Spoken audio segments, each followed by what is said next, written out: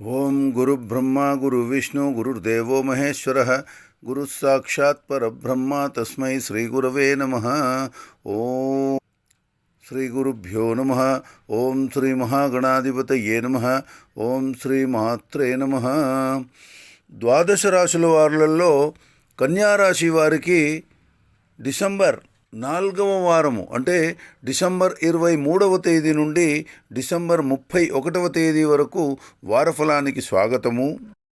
ఉత్తర 2, 3, 4 పాదాలలో జన్మించిన వాళ్ళు హస్త, 1, 2, 3, 4 పాదాలలో జన్మించిన వాళ్ళు చిత్త, 1, 2 పాదాలలో జన్మించిన వాళ్ళు కన్యారాశిలో ఉంటారు.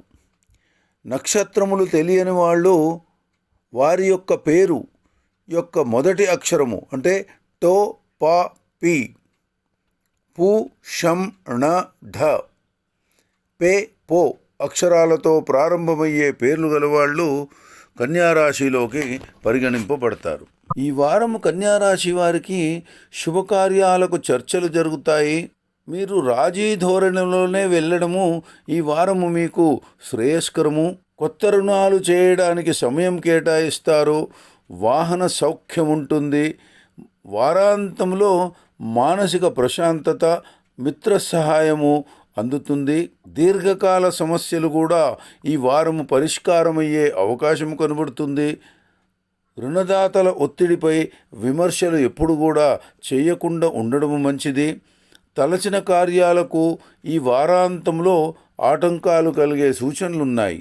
ఏది ఏమైనప్పటికీ కన్యారాశి వారికి ఈ వారము ఆంతరంగికుల సలహాలు స్వీకరించే సూచనలున్నాయి. వారమధ్యలో ఆనందానికి అవధలుండకపోవచ్చు.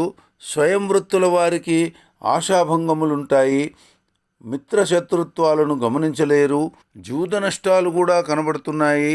హామీలు, సంతకాలచే మీకు ఎక్కువ బెడద కనబడుతుంది. బుధవారం రోజున ఉద్యోగ వ్యాపారాదులోని సమస్యలు కప్పిపుచ్చే అవకాశం ఉంది. ఇది కన్యారాశి వారికి ఈ వార ఫలాలు.